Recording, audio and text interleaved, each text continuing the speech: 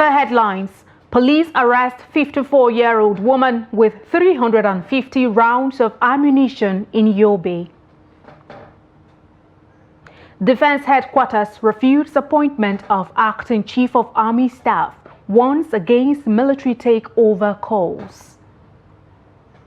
Anambra government vows to hunt down cult killers. On the foreign scene, 5.8 magnitude shallow quake strikes eastern Indonesia island. It's the news update on Trust TV. Hello and welcome. I am Aisha Salihu.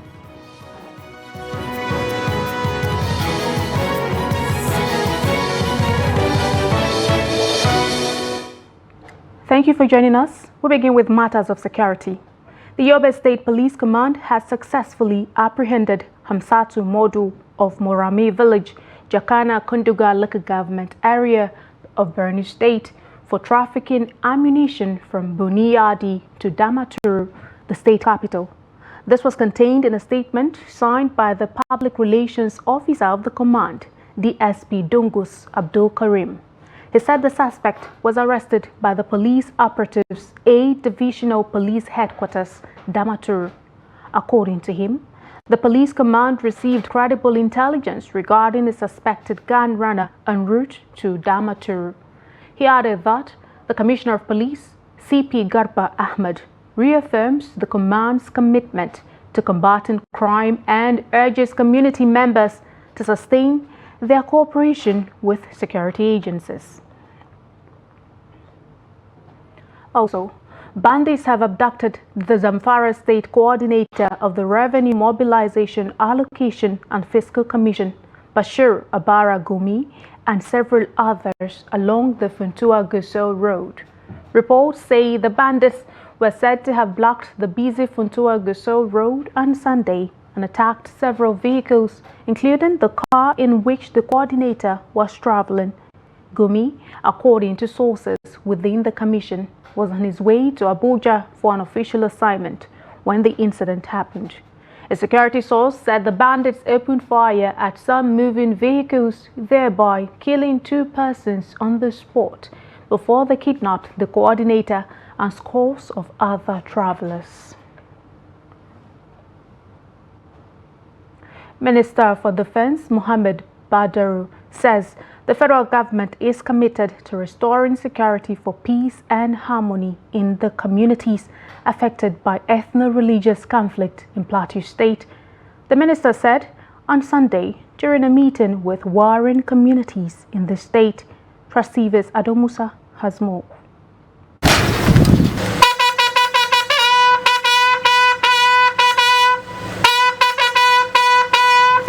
The minister's visit comes amid the growing insecurity in Plateau State, including banditry and farmer-herder clashes that have resulted in loss of lives in recent times. The minister and the General Officer Commanding 3 Division, Nigerian Army, Major General Abdisalami Abubakar, inspected the Guard of Honor at the Maxwell Kobe Cantonment, proceeded to the military pavilion where he addressed troops of division and Operation Safe Haven.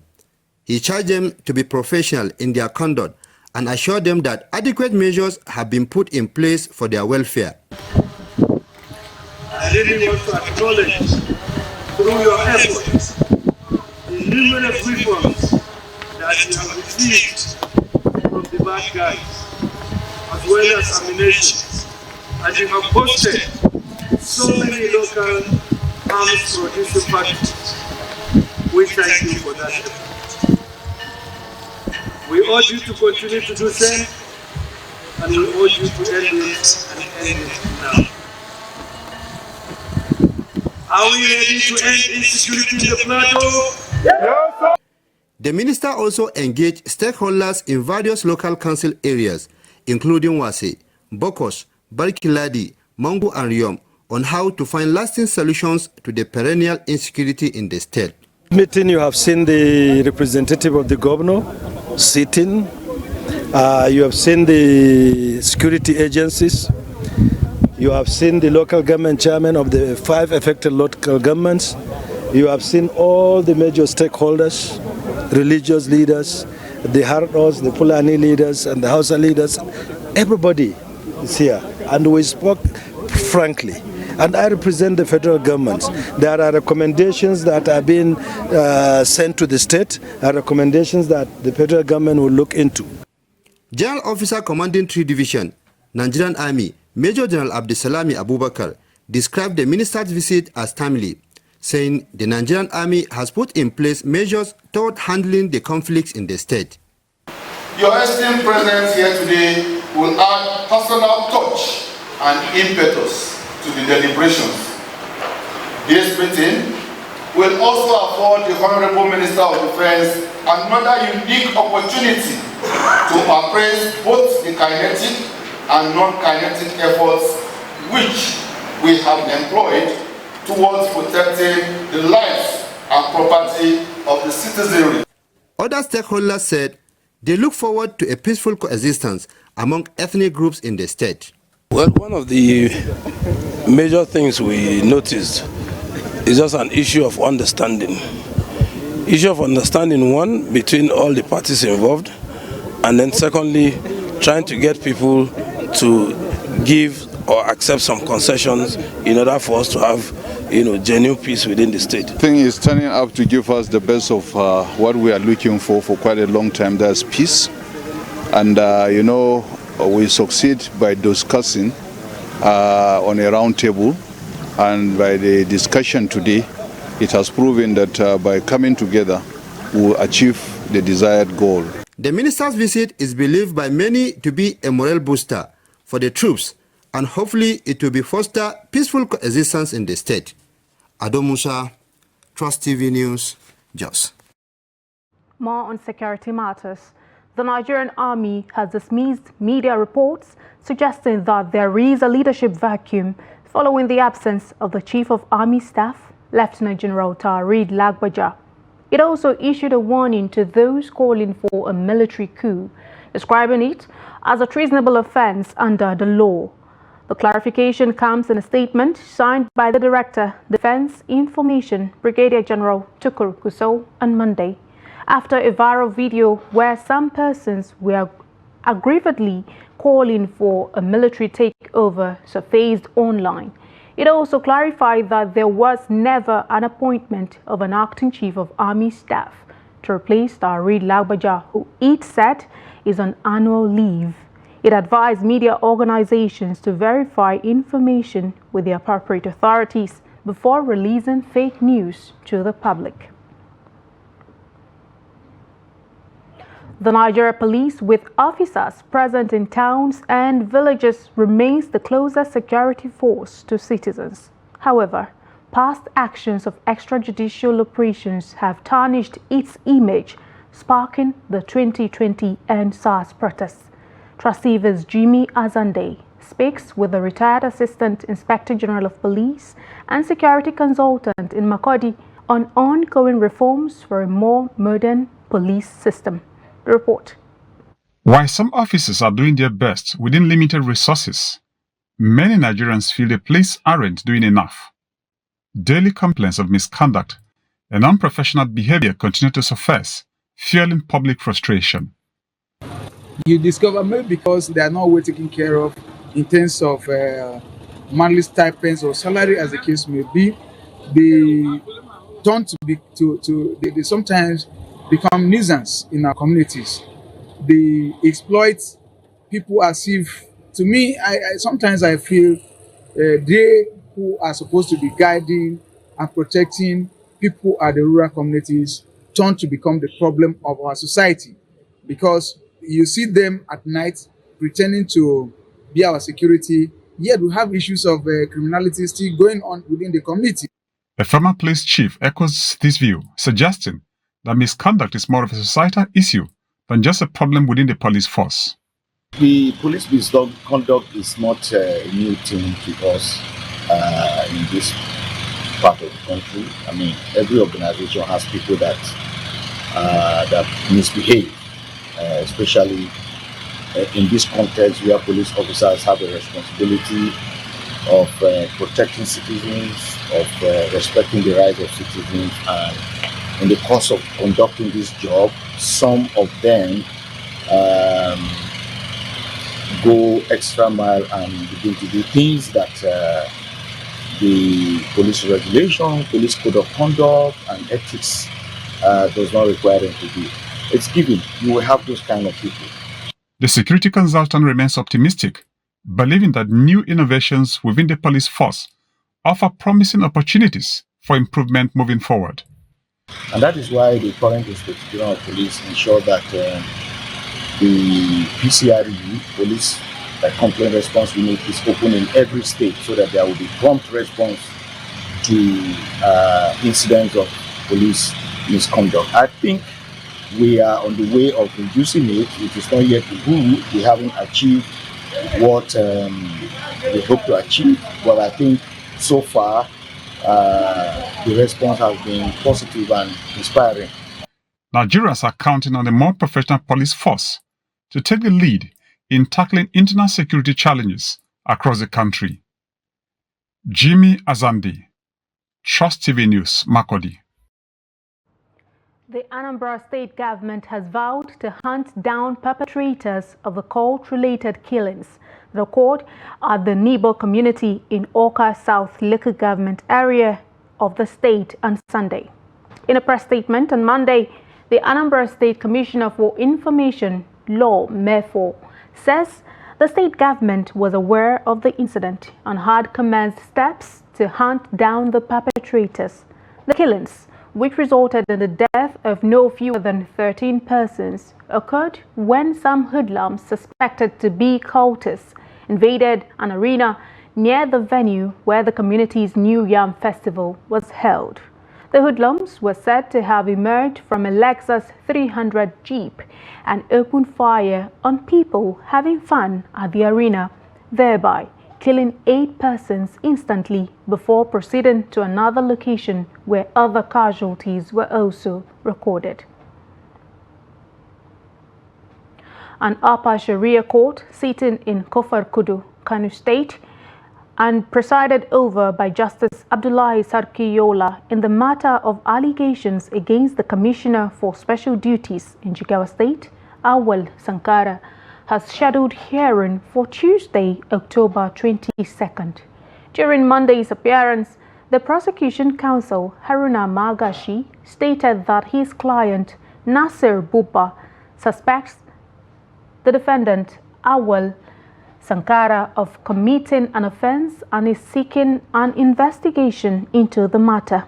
Meanwhile, the defendant's counsel, Shehu Saddam, emphasized that the case, which involves a direct criminal complaint against his client and the complainant's wife, Taslim Baba, was not initiated by the Kano Hisbah.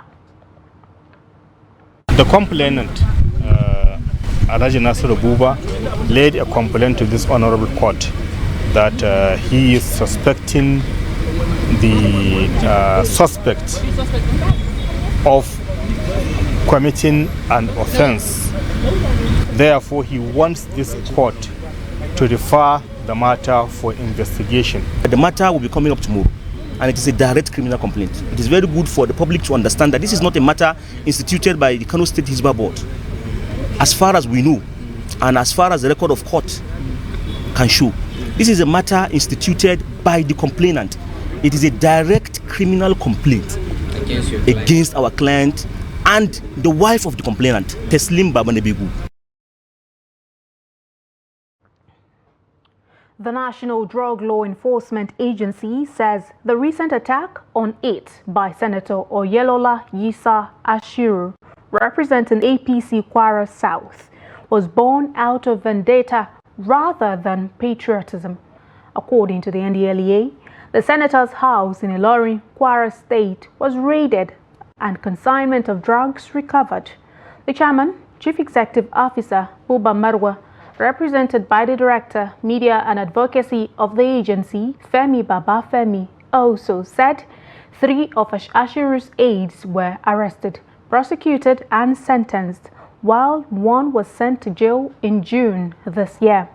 Baba Femi berated the senator for his commitment for his comment, I beg your pardon, that the National Drug Law Enforcement Agency is corrupt and compromised. At the Senate plenary last week, Ashiru had said NDLEA is the most corrupt and compromised government agency in Nigeria.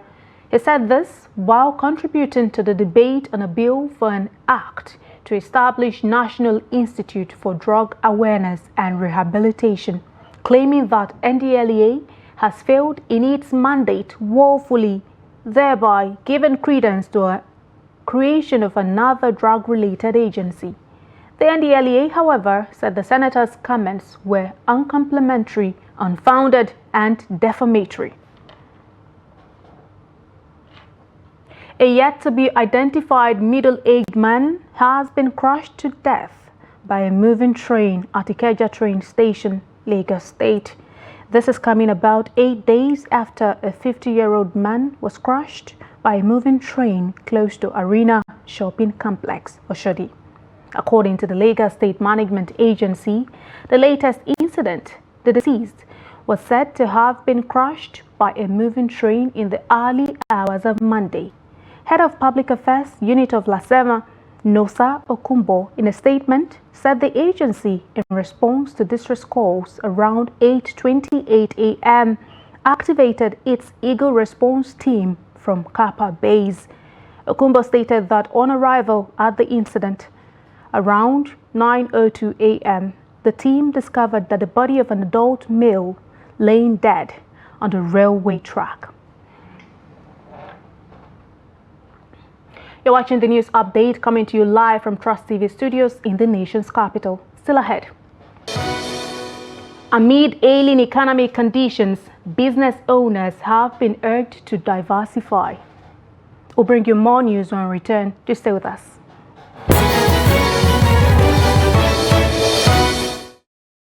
Welcome back and thanks for joining us again. Let's have another look at some of our top stories. We told you that police arrest 54-year-old woman with 350 rounds of ammunition in Yobe State. Defense headquarters refutes appointment of acting COAS, warns against military takeover calls. And to other stories. In light of the current state of Nigeria's economy, up-and-coming business owners and entrepreneurs have been advised to identify specific problems their skill set can address and monetize them, as well as building resilience to cope with the many challenges which comes with doing business in Nigeria. Trust TV's Sagir Ibrahim reports. With an inflation rate currently at 32.79% according to the National Bureau of Statistics' latest report, it's no news that Nigerians are grappling with a cost of living crisis. With this figure, millions of Nigerians have taken up different mechanisms to survive the seemingly harsh living conditions, including starting up micro, small and medium enterprises. While this decision may have opened up new sets of challenges for young startups and entrepreneurs who intend to scale up their businesses, experts say it may also be an opportunity for young business owners to profit. For every single thing we go through, someone is making money out of it. It's for you to now come back to yourself and ask the question, if there is problem, how can I make money out of problem? And I think the answer you give to yourself will determine whether or not you'll be able to build the resilience that's needed to accomplish and get what you really want to get. Nigerians are creating opportunities for themselves and others.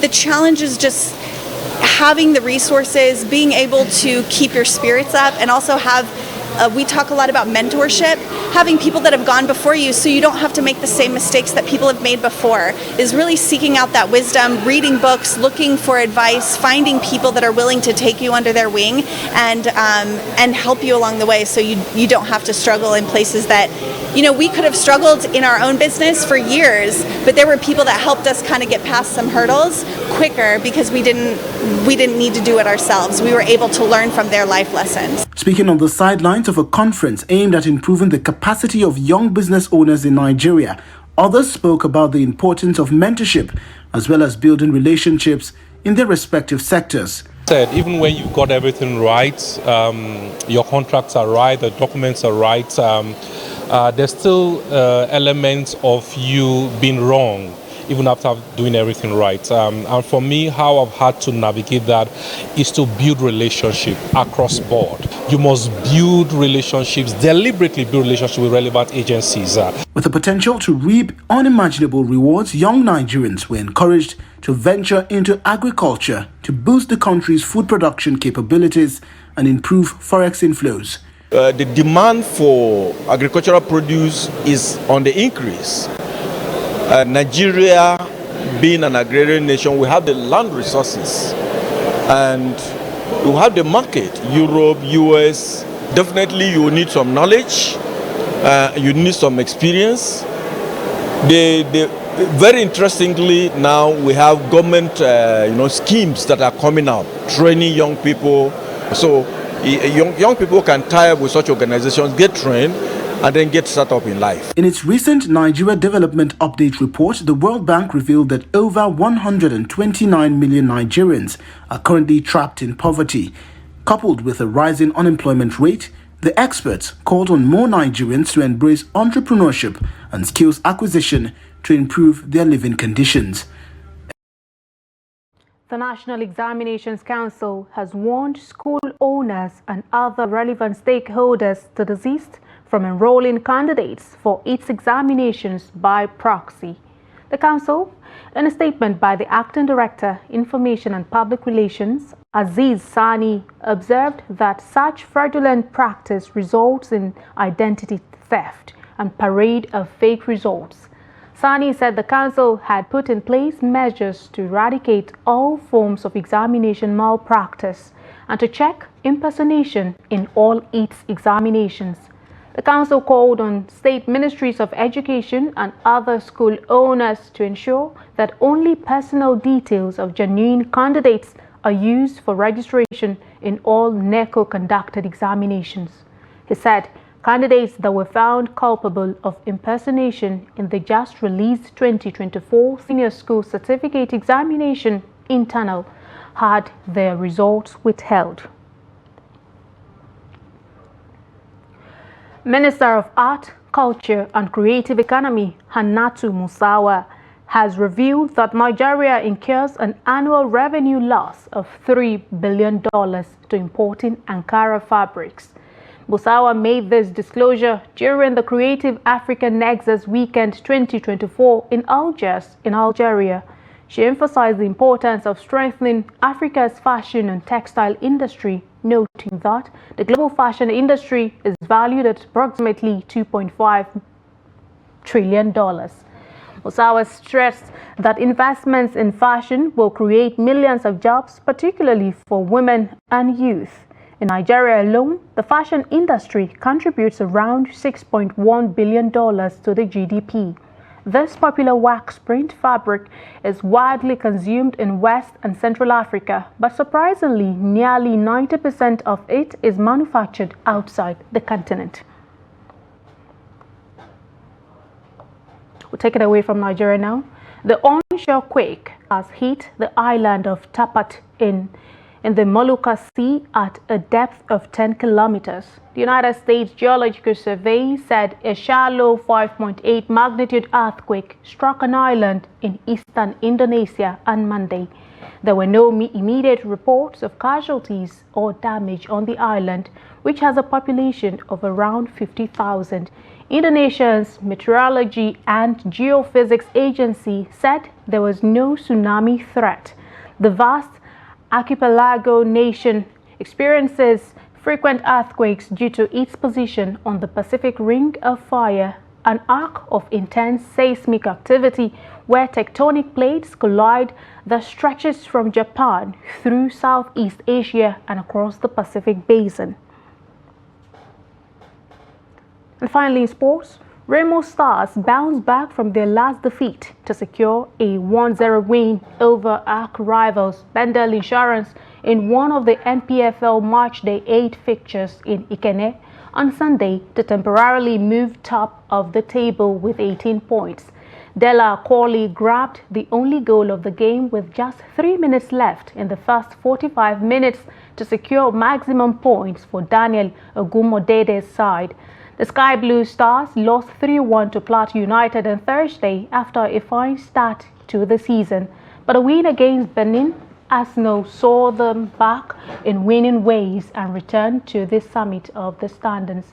Abia Warriors also bounced back from Wednesday's 3-0 defeat to Nasarawa United to beat Plateau United 3-1 in one of the 6 games played on Sunday.